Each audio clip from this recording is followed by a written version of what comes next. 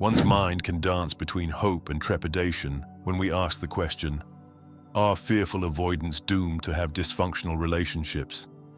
Yes, that's the topic of our conversation, and I intend to guide you through a labyrinth of stories, observations, and insights to shed light on a subject that can feel, at times, quite tangled.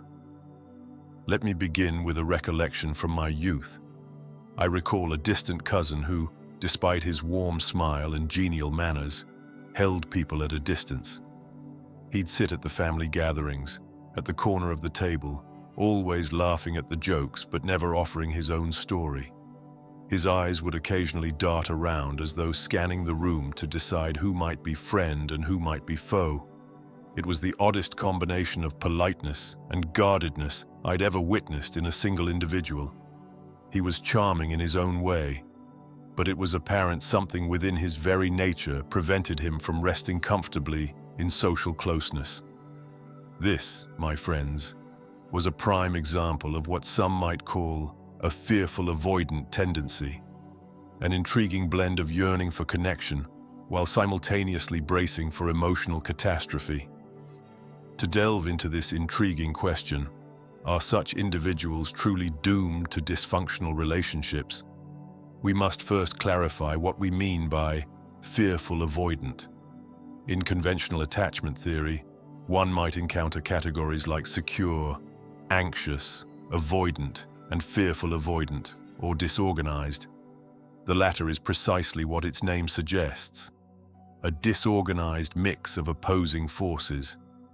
The fear of being hurt collides with the deep longing for belonging, causing a person to draw near yet just as quickly recoil.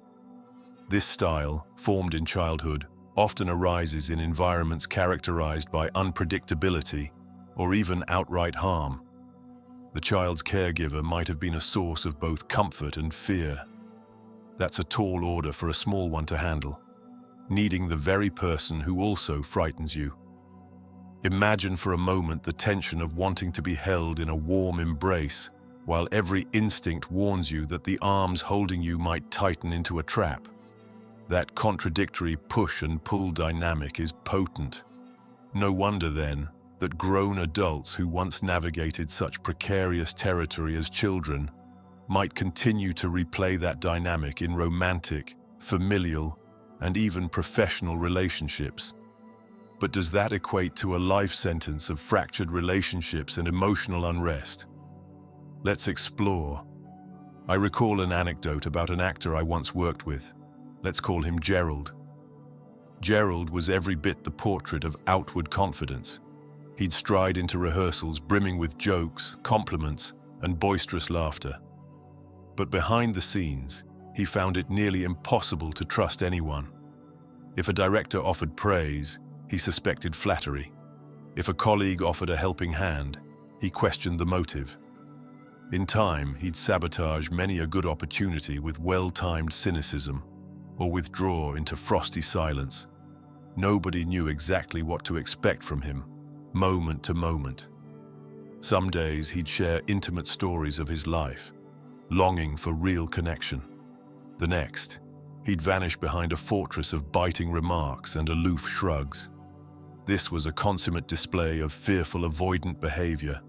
He craved acceptance and closeness, but had an automatic reflex to distance himself, just in case closeness turned into rejection or exploitation.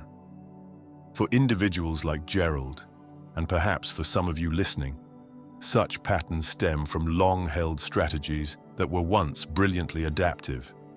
If you grew up in a household where direct expressions of need or vulnerability were met with disregard or harsh punishment, the ability to present a different face to the world might have been your only chance of survival, psychologically and sometimes literally. If a crying plea for comfort was rebuffed, you might have learned to laugh instead, or to appear emotionless, or to project a false bravado. These responses served you in times of need, but they can outstay their welcome and wreak havoc in adult relationships. It's important to emphasize that these are not the results of weak character or willful manipulation. Babies, after all, cannot truly manipulate in the adult sense. They experiment with behaviors to see what might yield comfort and protection. Over time, those experiments become habitual strategies. Cry out or hide your pain. Cling to a caretaker or withdraw. When the caretaker is unpredictable, one day loving, the next day terrifying, the child learns to keep the caretaker close while also maintaining internal distance. A complicated dance indeed, but it can feel like the only path to ensure emotional survival. Now, fast forward to adulthood. The same strategies persist, even though the environment has changed. A fearful-avoidant person might enter a romantic relationship with bright optimism, buoyed by a heartfelt desire to be loved and supported, only to sabotage it when an argument or misunderstanding triggers old memories. Without conscious awareness, they revert to the strategies that once saved them. Perhaps they lash out, become suspicious, or retreat behind a wall of emotional indifference. Cue heartbreak on both sides. The partner is puzzled, or worse, offended. The fearful-avoidant individual is flooded with shame or fear of abandonment. A downward spiral begins. Does that mean the heartbreak is inevitable, that they are doomed to repeat the same cycle? Not necessarily. Let me offer a parallel. Consider the artistry of a dancer who learned a challenging routine, perhaps one replete with abrupt turns and leaps, designed for a harsh, jarring piece of music. When that dancer is placed in a new performance with a gentler rhythm, the old routine no longer suits, but the dancer might unthinkingly slip into the old steps out of habit. To truly flourish in the new piece, the dancer must learn fresh movements, attuned to a different tempo. And so it is with the fearful-avoidant. Their previous dance may have protected them from an environment of confusion or threat, but in a healthier environment, the choreography must be revised. The challenge is that fearful avoidants may unconsciously gravitate towards situations that feel familiar. In other words, they seek out partners, workplaces, or friendships where the old survival routine is still needed. As odd as it sounds, environments rife with suspicion, volatility, or emotional manipulation can feel strangely comfortable, or at least recognizable. And in those precarious arenas, the old steps do indeed work. If you're always on the lookout for betrayal, you might be the first to spot it. If you doubt everything and everyone, you won't be blindsided by heartbreak. That's the logic at play. But what if there's another way? Another environment? One in which honesty and openness are not punished but rewarded. A place where you don't have to pretend, guess, or hide to be accepted. In those situations, the cunning and suspicion that once saved you become maladaptive.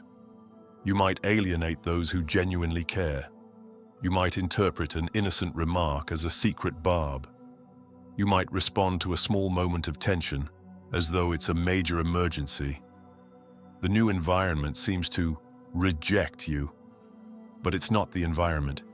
It's the old choreography you brought with you. Here lies the heart of the question. If a fearful-avoidant person can learn to recognize the difference between a truly unsafe environment and a safe one, can they then learn to adopt healthier strategies in that safe environment? The answer is a resounding yes, though it's not a simple process. It may involve professional counseling, reading, journaling, mindful reflection, or even the studied observation of how secure people behave in relationships. This is not about rejecting your old self. On the contrary, it's about integrating the old strategy's lessons, wisdom gleaned from painful experiences, and applying them more flexibly, with conscious awareness. Now, I'm reminded of a dear friend, a musician who had a painful childhood. He was the epitome of a fearful avoidant, quick to form warm connections, but equally quick to vanish if he sensed the faintest whiff of threat. With time, therapy, and the gentle patience of a spouse who understood his journey, he discovered a glorious truth. He found he could keep his radar for real danger, because that skill can be quite valuable in life. But he no longer had to scuttle away at the slightest emotional bruise. When tensions arose, he practiced expressing himself honestly. Instead of disguising his anxiety with anger, he learned to say, "I'm hurt, and I'm worried you'll leave me." It took tremendous courage. But gradually, that honest admission disarmed the cycle of arguments and stonewalling. He didn't have to hide behind sarcasm or hasty exits anymore. And his spouse, seeing that sincerity, offered reassurance and stability rather than confusion or harshness. In time, the old dance steps gave way to a more fluid, harmonious routine. Did it happen overnight? Hardly. At first, it felt unnatural, like learning a new instrument. But with repetition and conscious effort, the new ways of relating took hold. And let me tell you, the transformation was a joy to behold. Indeed, I saw him not long ago, and the serenity in his eyes moved me profoundly. He had not banished the shadows of his past. No, he'd simply learned to recognize them and to choose new responses, new ways of sharing himself with the people around him. This leads us to a key insight. Fearful-avoidant individuals are not doomed. The question is whether they can unlearn, or rather relearn, certain responses and actively pursue relationships and environments that foster genuine trust. Granted, it's not a trivial undertaking. Fearful avoidants might harbor deep suspicions of healthy people precisely because consistent kindness can feel alien. Too good to be true. They might test a loving partner's devotion by provoking arguments or withholding affection. But with guidance, self-reflection, and a willingness to linger in discomfort, they can begin to see that it's possible to exist in a world without replicating old cycles of chaos. One must also consider that not every environment is safe. Some workplaces are indeed cutthroat, some families toxic, some romantic partners manipulative. For a fearful avoidant, navigating these realms can feel simultaneously comforting, in that they know how to handle skullduggery, and draining.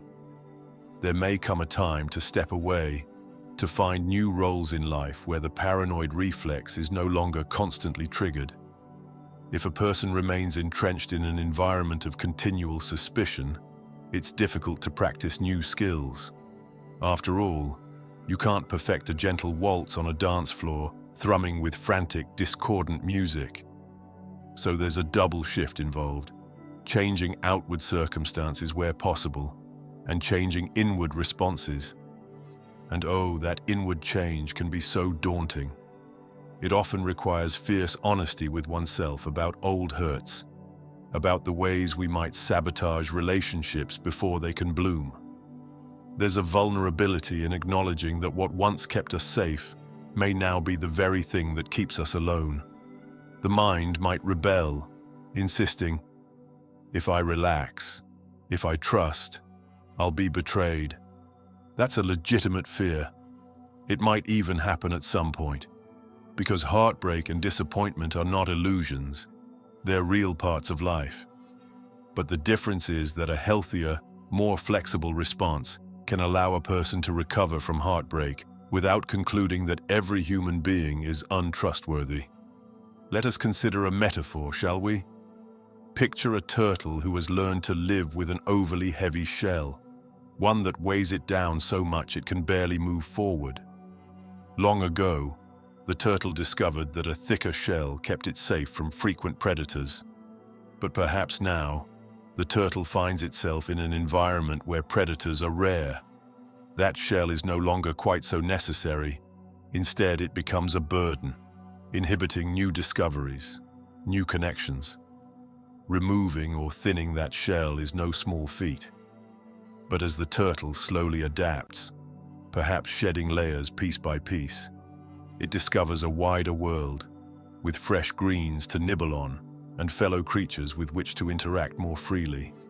Yes, it might still pull its head in from time to time, but the possibility of genuine, unencumbered movement beckons.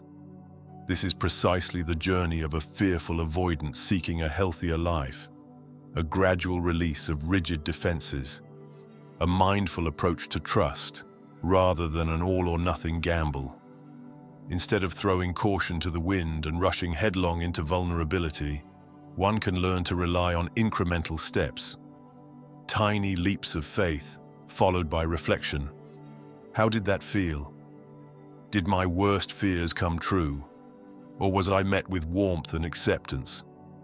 Over time, the evidence might accumulate that not every close interaction ends in devastation, that sometimes closeness can be healing and supportive. Ironically, part of the fearful avoidance strategy involves a deep suspicion not only of others, but of one's own emotional experience. The question arises, can I trust myself to interpret this correctly? Because in the past, trusting your instincts might have led to heartbreak. Or so it seemed. This self-doubt can make new relationships harrowing. But with practice, whether in therapy sessions, supportive communities, or genuine friendships, individuals begin to refine that inner compass. They learn to differentiate truly dangerous situations from mild misunderstandings. They recognize that a friend coming home late is not necessarily the harbinger of betrayal or doom. Step by step, they gain confidence in their ability to perceive reality accurately. Now, there's a point that must be stressed. Just as you can't unlearn a skill by snapping your fingers, you can't simply remove a fearful avoidant attachment style by willing it away. It requires a process. It's not about condemning oneself for having these protective reflexes, but about gently coaxing them to stand down when they are not needed. Each time you override an old pattern, whether it's the urge to lash out or vanish, you create a new neural pathway, a new habit of responding. This is where patience becomes our ally. Let's return to the question that instigates all of this.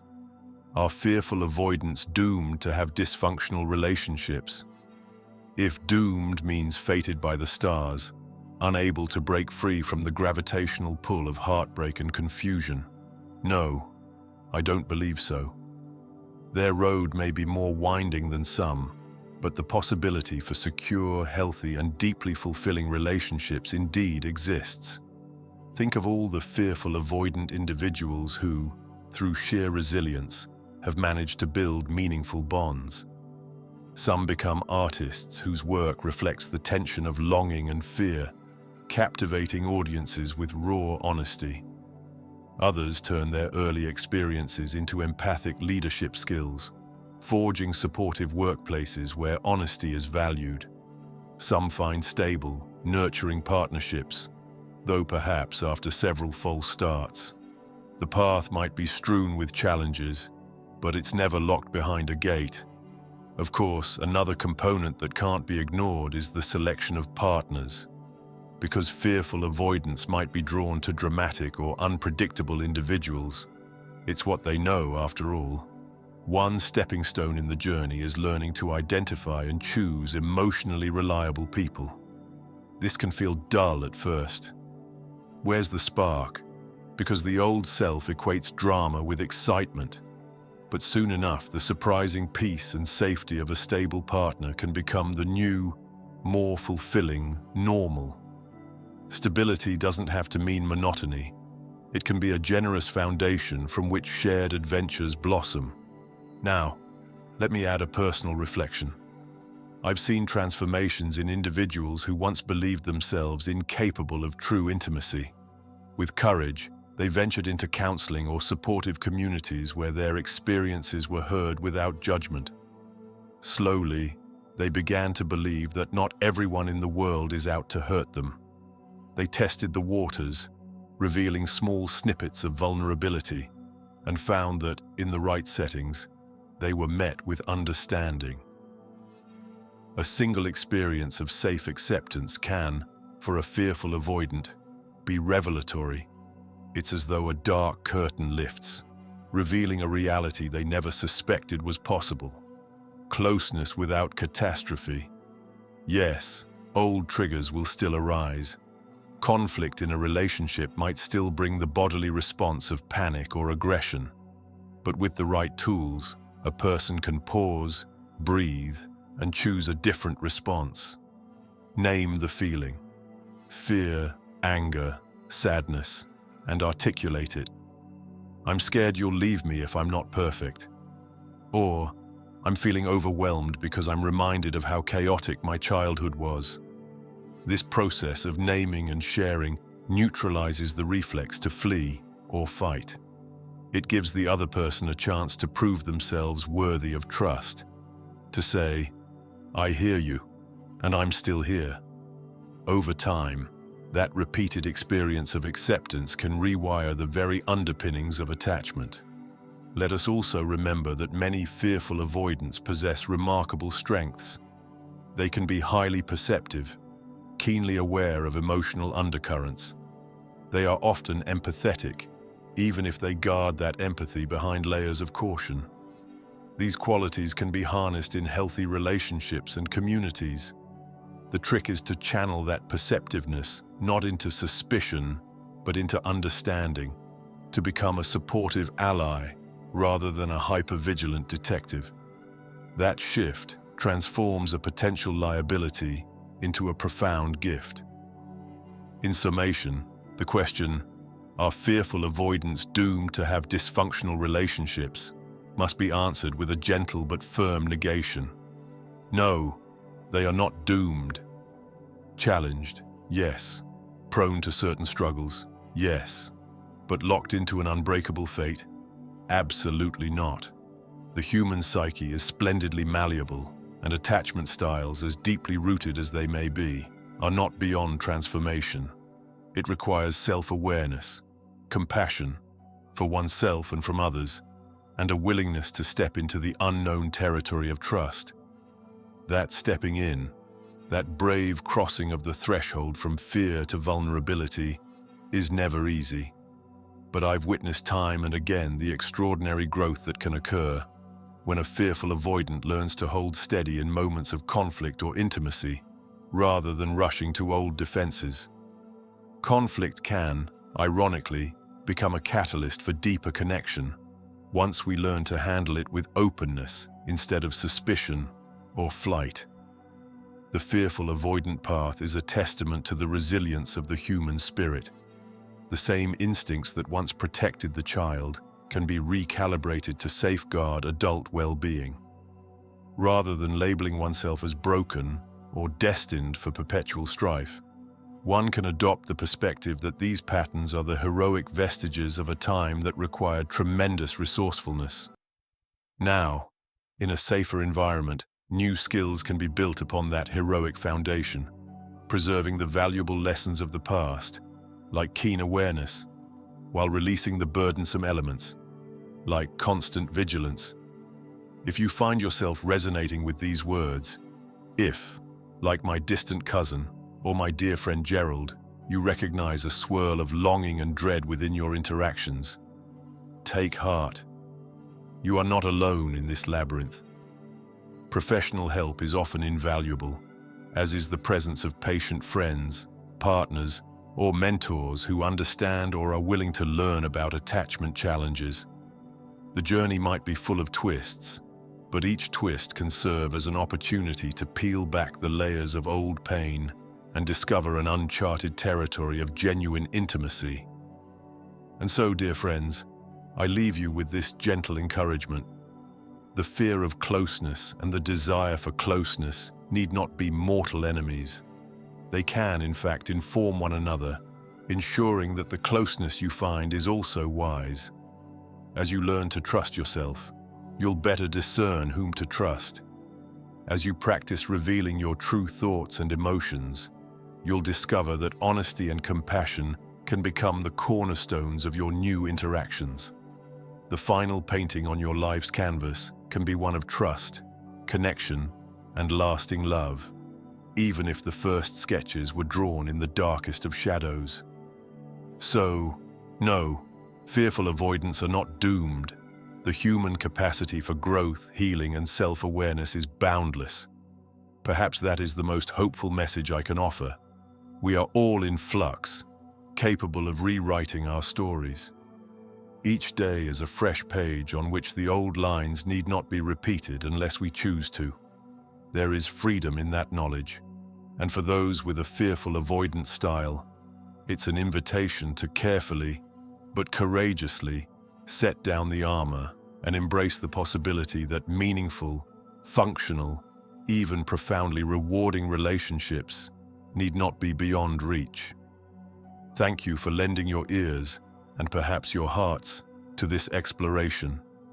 May it spark reflection, hope, and perhaps even a commitment to take that next brave step toward dismantling old defenses. Remember, you are not doomed. You are beautifully, bravely human, and in that there is always the possibility of renewal. If you allow yourself the patience to learn a new dance, you might just waltz your way into the closeness you have deserved all along. If you believe this video might help someone dear to you, share it with them. A small gesture on your part could mean the world to a friend in need.